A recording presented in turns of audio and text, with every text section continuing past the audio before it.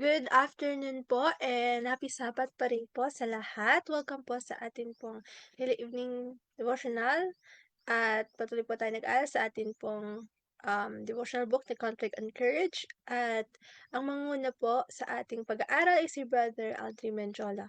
Pero bago po yan, tayo po muna ay magsisiiwitan para sa atin pong opening song at sundan po ng opening prayer na pangunahan po ni Sister KD Menjola.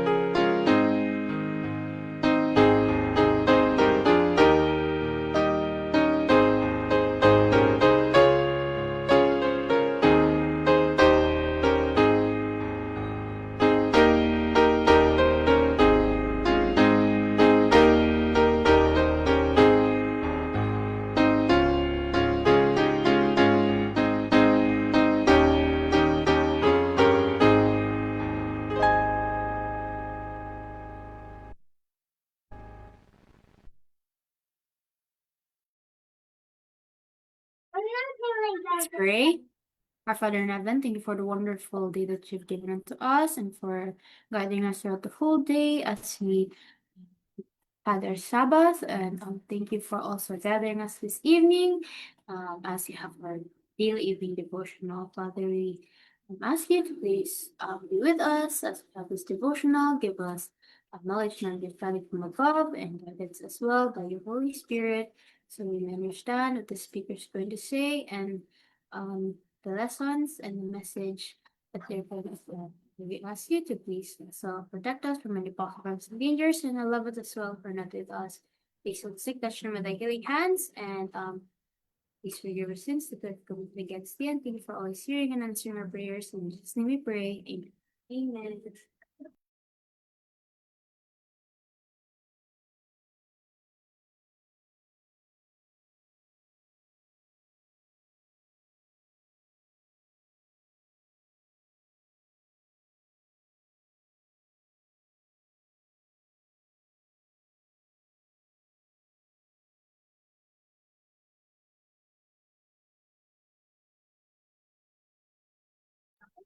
Yan, magandang hapon po sa ating lahat para po sa ating devotional ngayon ay may title po ito na Toward the Mark. Ako muna ang mag-speak dahil wala po yung speaker natin. Kaya naman po, sama-sama tayong pag-aralan ang devotional natin sa gawin nito. So, ang ating key text po ay makikita sa Philippians 3:13 and 14. It says, "This one thing I do, forgetting those things which are behind and reaching forth unto those things which are before. I press toward the mark for the prize of the high calling of God in Christ Jesus." Paul did many things. He was a wise teacher. His many letters are full of instructive lessons, setting forth correct principles. He worked with his hands, for he was a tent maker, and in this way earned his daily bread. He carried a heavy burden for the churches. He strove most earnestly to present their errors before them, that they might correct them and not be deceived and led away from God. He was always seeking to help them in their difficulties, and yet he declares, "One thing I do." The responsibilities of his life were many, yet he kept always before him this one thing. The constant sense of the presence of God constrained him to keep his eye ever looking unto Jesus, the author and finisher of his faith. So yun nga po sinasabi dito na si Paul ay marami siyang bagay. Sabi pa nga dito, isa siyang wise na teacher at yung mga sulat niya ay puno ng mga leksyon na nagtuturo ng mga tamang prinsipyo at siya nga ay gumagawa gamit ng kanyang mga kamay dahil siya ay isa ring tent maker. And yun yung kanyang paraan para makapaghanap buhay. And bukod pa dito ay bitbit niya rin ang pasanin ng iglesia. Ano po? Dahil yun nga siya yung siya yung namumuna. Kaya naman sinikap niya na maipakita sa mga tao yung kanilang mga pagkakamali nang ito'y kanilang maitama at nang hindi sila malinlang at mapalayo sa Panginoon.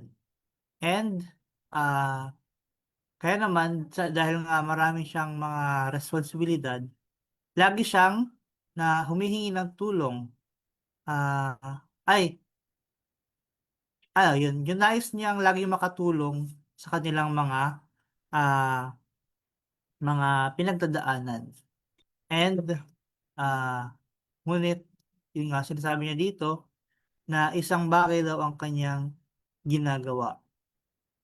Marami siyang responsibilidad, pero lagi niya pa ring inuuna yung isang bagay na ito. Kaya naman yung constant na presensya ng Panginoon ay yun yung nagpapanatili sa kanya na laging nakatingin kay Jesus. The great purpose that constrained Paul to press forward in the face of hardship and difficulty should lead every Christian worker to consecrate himself wholly to God's service.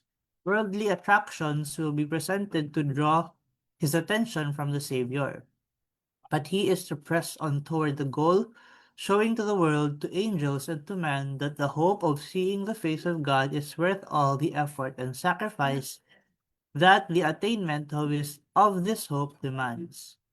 So, maano nga daw po, madakila ang purpose na nais isulong ni Paul. At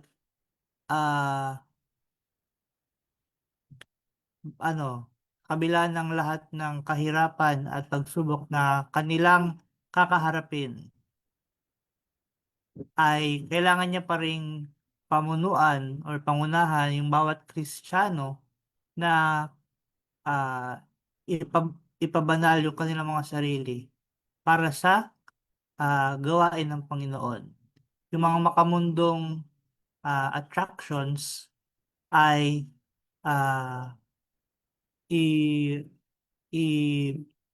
ibibigay sa kanila para parang ipe-present sa kanila para i-distract ang kanilang mga attention mula sa Panginoon. Pero ay kailangan niya pa ring magpursige para doon sa goal na kailangan niyang makamit. At nang maipakita niya sa mundo at sa mga angels at sa mga tao na yung pag-asa na makita natin ang mukha ng Panginoon ay worth it. Worth it sa kabila ng lahat ng mga pagsubok sa lahat ng effort na ating mararanasan. And yun nga, yung pag-asa na ito ay isang bagay na kailangan talaga nating pagtrabahunan. The lowliest disciple of Christ may become an inhabitant of heaven, an heir of God to an inheritance incorruptible and that fadeth not away. Oh, that everyone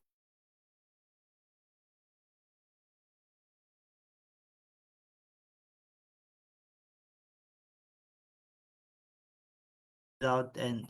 Oh, choose not the world, but choose the better inheritance. Press urge your way toward the mark for the prize of your high calling in Christ Jesus. So, yun nga po na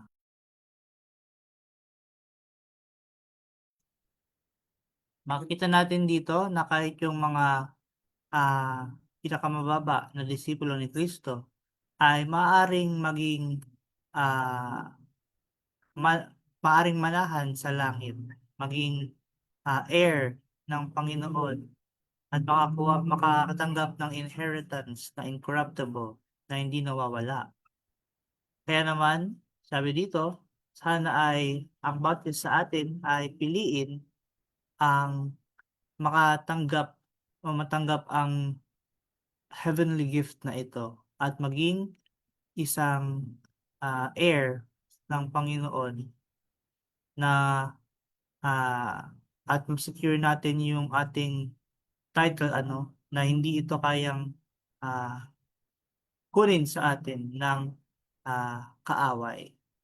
At huwag nating piliin ang mundo, kundi piliin natin ang mas mabuti na inheritance na ibibigay sa atin ng Panginoon.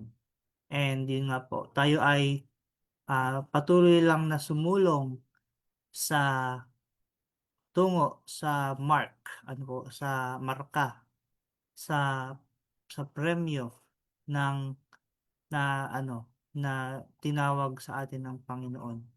Soon we shall witness the coronation of our King, those whose lives have been hidden with Christ, those who on this earth have fought the good fight of faith, will shine forth with the Redeemer's glory in the kingdom of God. So yun nga po dahil di na magtatagal at makikita na natin ang ating hari at kung tayo nga ay kung ang ating mga buhay ay na kay Kristo at kung tayo ay kabilang doon sa mga lumaban sa giyera dito sa lupa po para sa ating pananampalataya, tayo ay magniningning ng may liwanag ng kalwalhatian ng ating manlulubos sa kaharian ng Panginoon. So, yung ating devotional po ngayon ay napakagandang reminder at parang inspiration para sa bawat isa sa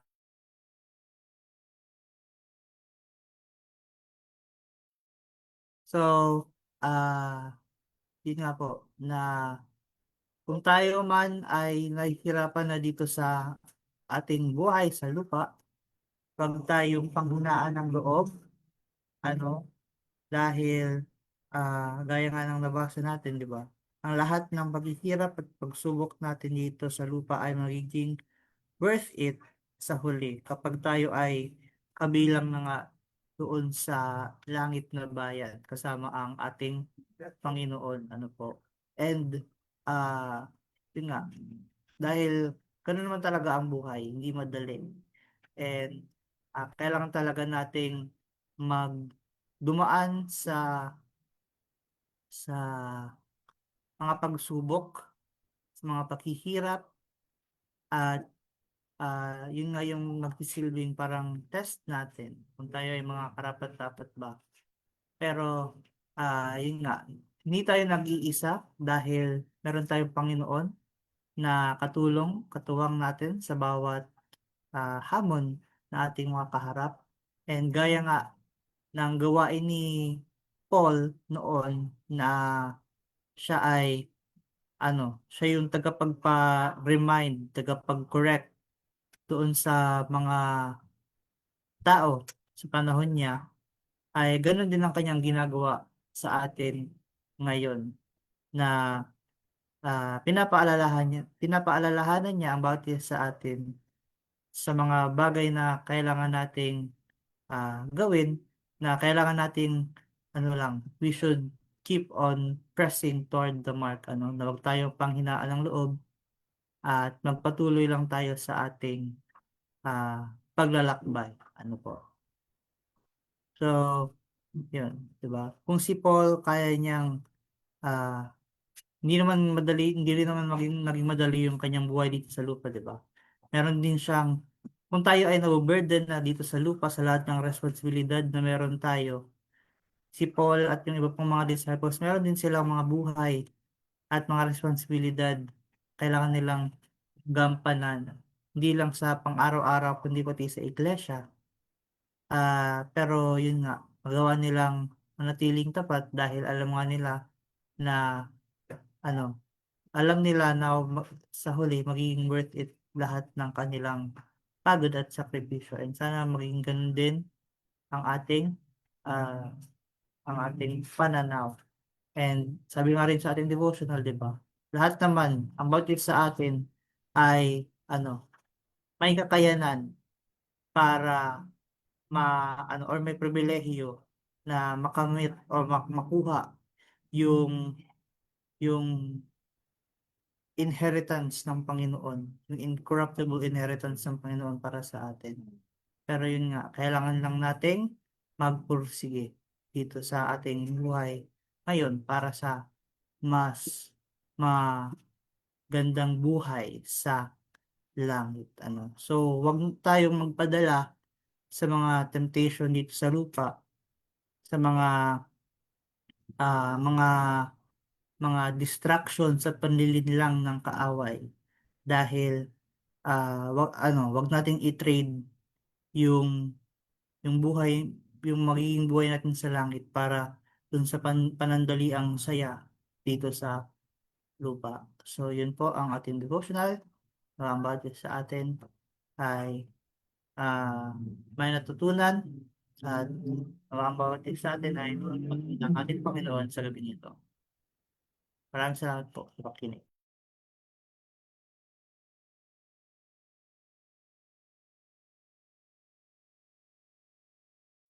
Thank you po, Brother Aldri, sa inyo pong panguna sa pag-discuss itong ating devotional.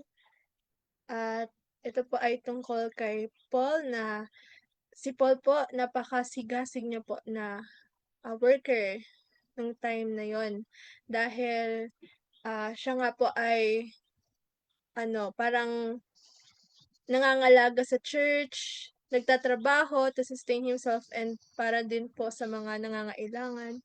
And siya pa po talaga yung nagbibigay po ng encouragement and syempre nagsasaway sa mga kapag may nakita po siyang mali, 'di ba po, lagi po siyang may sulat sa inalagaan niyang church. And ito po yung buhay niya po talagang puno-puno ng difficulty pero dun sa ating lesson ay napakita po na kahit na may mga failures ganyan, sabi po dun nga, pero hindi pa rin po siya parang nag-give up.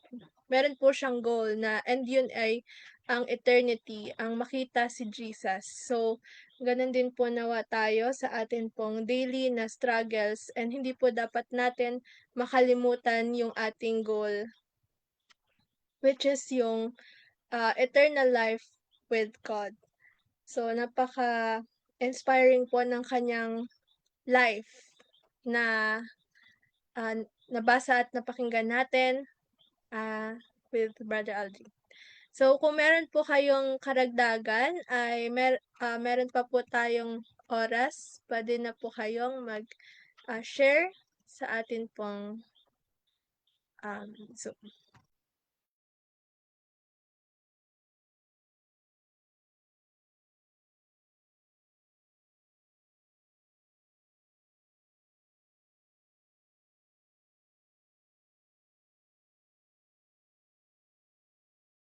Sister Trish, it's Rob here. I just noticed something that sort of encouraged us along. That is that it's just a quote. The lowliest disciple of Christ may become an inhabitant of heaven, an heir of God to an inheritance incorruptible. That's pretty amazing that the lowliest disciple, that might include any of us that feel inadequate, and what a coronation that it refers to when Jesus will be crowned king and pressing on to the mark of the prize of our high calling. These are wonderful words to encourage us. Thank you. Thank you, Brother Rob. I think it perfectly describes us when we are humble, because all of us are weak, of course, um when we need God every time. We need his strength, and we cannot be what do you call this? Um parang hindi tayo talaga um parang malakas in our own strength. We need God. So kaya talagang yung yung sinabi na yun is para yun sa atin, parang it describes us. And yun. So meron pa po ba from our Zoom attendees?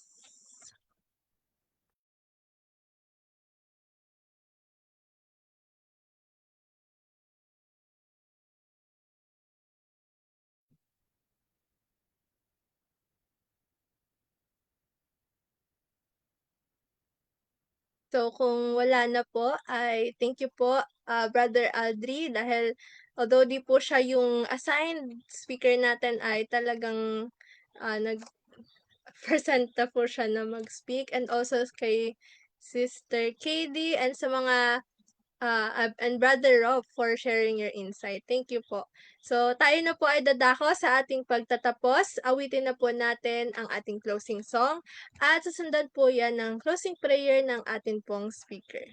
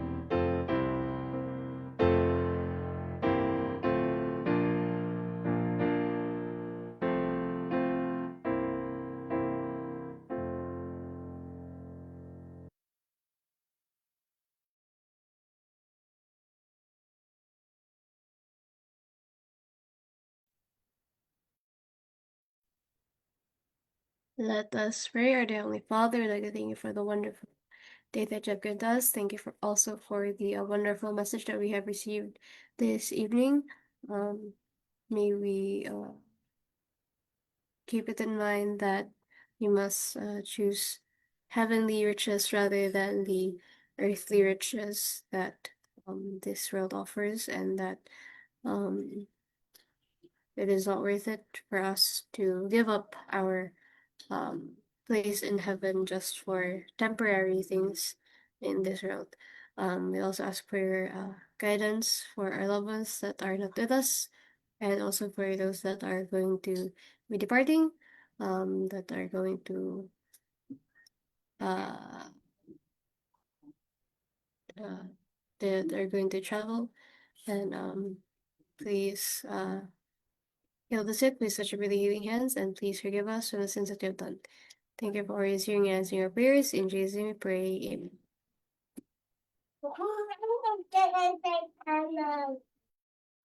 And thank you po, Sister Katie, sa pag-closing prayer. And muli po, maraming salamat po sa pagsama niyo po sa amin.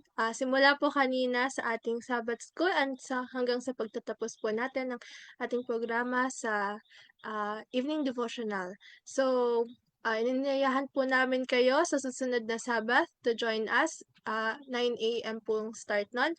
At ganun din po sa programs po natin sa araw. Ang morning devotional po natin nagsisimula every 5 a.m. at sa gabi naman po at 6 p.m. Yun lamang po, and Happy New Week po sa lahat. And God bless.